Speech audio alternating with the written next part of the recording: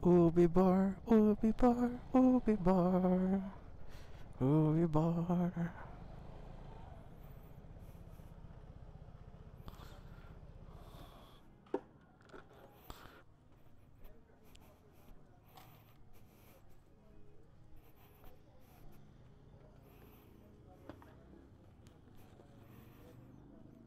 Okay, so cake naman next. Basta ang way niya is Pasambales. Sure Ball Sunset yan. O, diba? Okay. Bili lang tayo ng cake ni Juliana. Alright. Ito yung dream cake from Jig Bells. Shout out po. Napakasarap ng mga cake nila dyan, guys. Alright, let's go.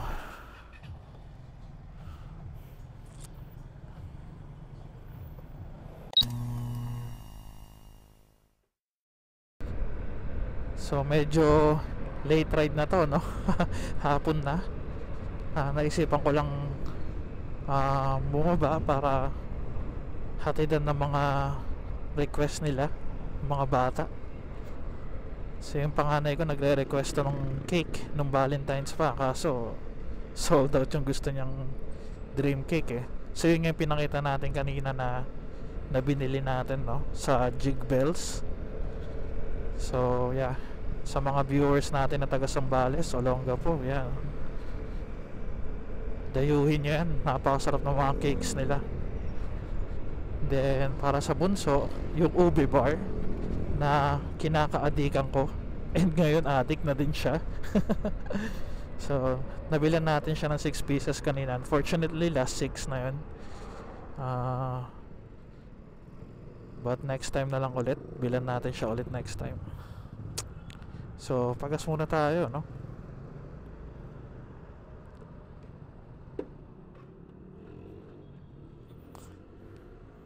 Kuya Premium. Ha? Thank you. Nabati pa si Figo. Ang mura ng gas dito, 55.35 lang. And so far tiwala naman ako na malinis yung gas nila. Jetty. Alright, let's go. Okay guys, so nag-stop tayo sandali dito sa Shell para palitan yung setting ng camera. Nag-switch na tayo to night setting natin, no? And dapat papacheck ko yung gulong ko, yung tire pressure, kasi parang matigas yung likod.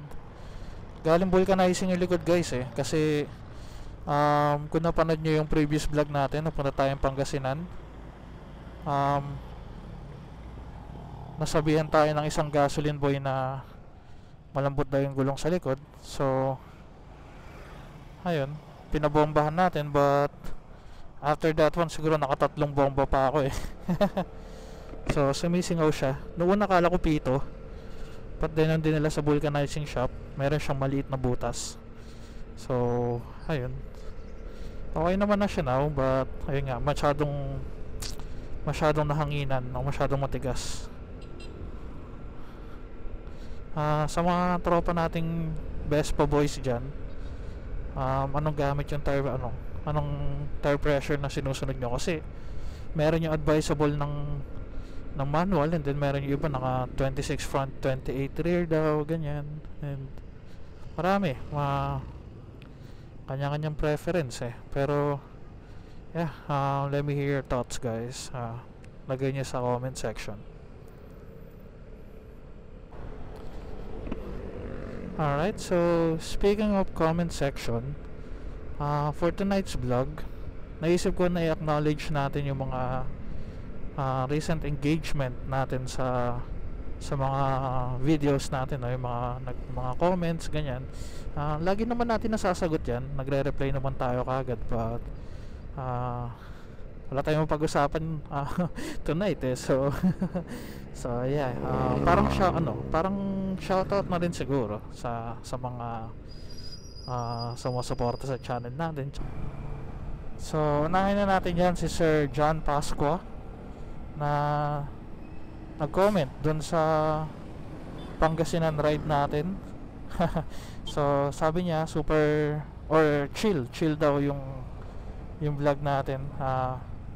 Thank you sir. And may exchange kami sa comment na about ideas kung ano magandang gawin kapag bumalik tayo sa Quezon, no?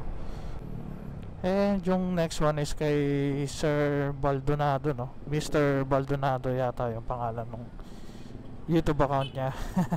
So nagtanong siya about sa setting ng camera, and very timely yung vlog natin na to kasi ayan, napakita natin sa kanya kung ano yung itsura ng night setting natin sa Osmo Action 4, no? So naibigay na natin kay sir yung detailed setting natin, and hopefully nakatulong tayo sa mga quality ng videos niya.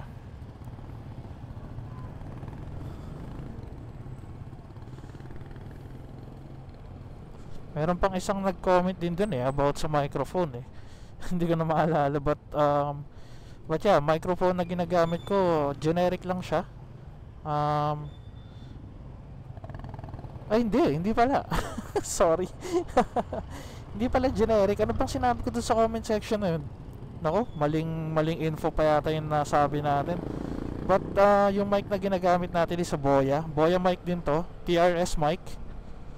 Oh no, I don't know, TRRS or TRS, basta it's a Boya mic. So hopefully maganda naman yung quality ng mic para sa inyo. Like nagugustuhan nyo naman yung quality ng boses natin. Yung boses ko, I don't know, medyo nakakabwisit yung boses ko so that's not what I meant. Ang sinasabi ko is yung kung hindi ba sumasabog or whatever, lalo na ngayon kasi sobrang lapit ng microphone sa bibig ko, no? Dito sa helmet. So yeah, thank you for your comment sir. And of course, you can't expect me na maalala natin lahat na nagko-comment sa atin, no? Pati yung mga username nila. So yeah, kay Sir Eroy something Sariglioni, about sa Sariglioni levers natin, ito yun. Guys, Shopee find lang yan. 1,500 yata. So OEM lang siya, hindi siya yung authentic na Sariglioni, but the performance is good guys. I don't think na merong pinagkaiba yung feel. Baka meron, I don't know, wala pa tayong nahawakan na urig, but this feels good. Okay naman siya, matibay din. Yung side mirror guys, ito lagi natin nakukuha to, lagi may nagtatanong sa atin yan. These are side mirrors from Moteo sa Shopee din. Mura lang to guys, search nyo sa Shopee si Moteo. Meron siyang marami siyang accessories ng Vespa doon, and mostly no, not mostly, lahat quality. So yeah, check nyo yung na yun, check nyo yung shop niya sa Shopee. Goods doon. Maganda yung niya doon yung tawag dito, yung winker set, yung blinkers mo ng front and back. Meron siya nandun. Tsaka yung kung gusto mong palitan yung horn cover mo, gawin mong parang 2024 yung Vespa mo, you can do that also. Meron ding available sa kanya, black ang color and then red na inlays. So solid din yun. Okay nga sana, kaso parang hindi parang hindi bagay kay Figo. And then ano pa ba? Ito medyo maganda tong comment ni sir about ayan, kay Sir RG Arky. So shoutout sa iyo sir. Ganda yung niya, maganda yung comment niya. Although hindi siya same although magkaiba kami ng motor, 'di ba? Gamit niya is Panarea. Nagpanarea din tayo guys. Sa mga hindi nakakaalam, Panarea ang motor natin bago si Figo. So sabi niya, nag-comment siya about sa sinabi ko na parang smooth or parang ang responsive ni Figo after ng PMS, which is true. Even now napapansin ko talaga Hindi ko alam kung mas mabilis ba siya or what, but yeah, minsan nalulula ako. Like, as in, konting ano ko lang maarangkada. So, um, goods yun. Although, na nabanggit niya rin dito na parang lumakas daw sa gasolina yung motor niya. Which is true din naman. Napapansin ko din sa akin yan. Kaya ilang beses ko nang tinry na magsukat ng average fuel consumption ko. Kaya lang laging palpak no? Lagi natin nakakalimutan ng i-reset yung auto o yung trip A, parang ganun. So but yeah, napapansin ko na medyo lumakas si Figo sa gasolina, lalo nung nasa Pampanga ako. I mean nasa Pangasinan ako. Halos nakatatlong, hindi naman full tank palagi, but nakatatlong fill up ako nun eh. So isa na sa Pangasinan, and then another dun sa Zambales, and then another one nung malapit-lapit na ako sa bahay. So laging bumababa sa 2 bars and 2 bars to 3 bars, no? So nakaka 3 to 4 liters siya. I don't know if that's optimal or that's natural, kasi ang layo ng biyahe natin na yun, guys.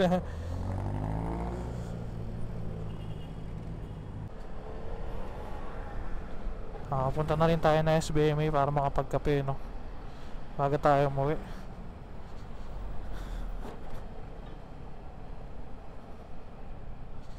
Oh man, tanggal helmet gang. Nope. Hindi sila nakatingin. Kapag hindi nakatingin, pwedeng hindi. So good in the hood.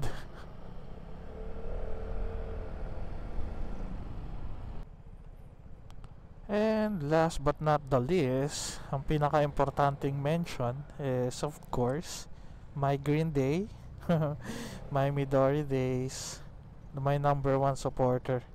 Kung mapapansin nyo yung nagtatadtad na yeah, lagi siyang nanonood ng mga vlogs natin na as in tinatapos talaga, grabe. Minsan may mga naaalala siya na ako hindi ko na naaalala eh. So yeah, I appreciate you so much. And Anthony Aistereo. Alright, so dito na tayo, guys. Maraming masarap na kapihan dito, but mura lang ang panlasa natin. So dito lang talaga ako mostly nagkakape, guys. No need for fancy drink or whatnot. Okay, so yeah, thank you for watching, guys. And sana na-enjoy nyo yung konting ride natin. And next time, gawa pa tayo ng ibang shoutouts, no? Alright, see you on my next vlog. Bye for now. Ride safe and stay safe.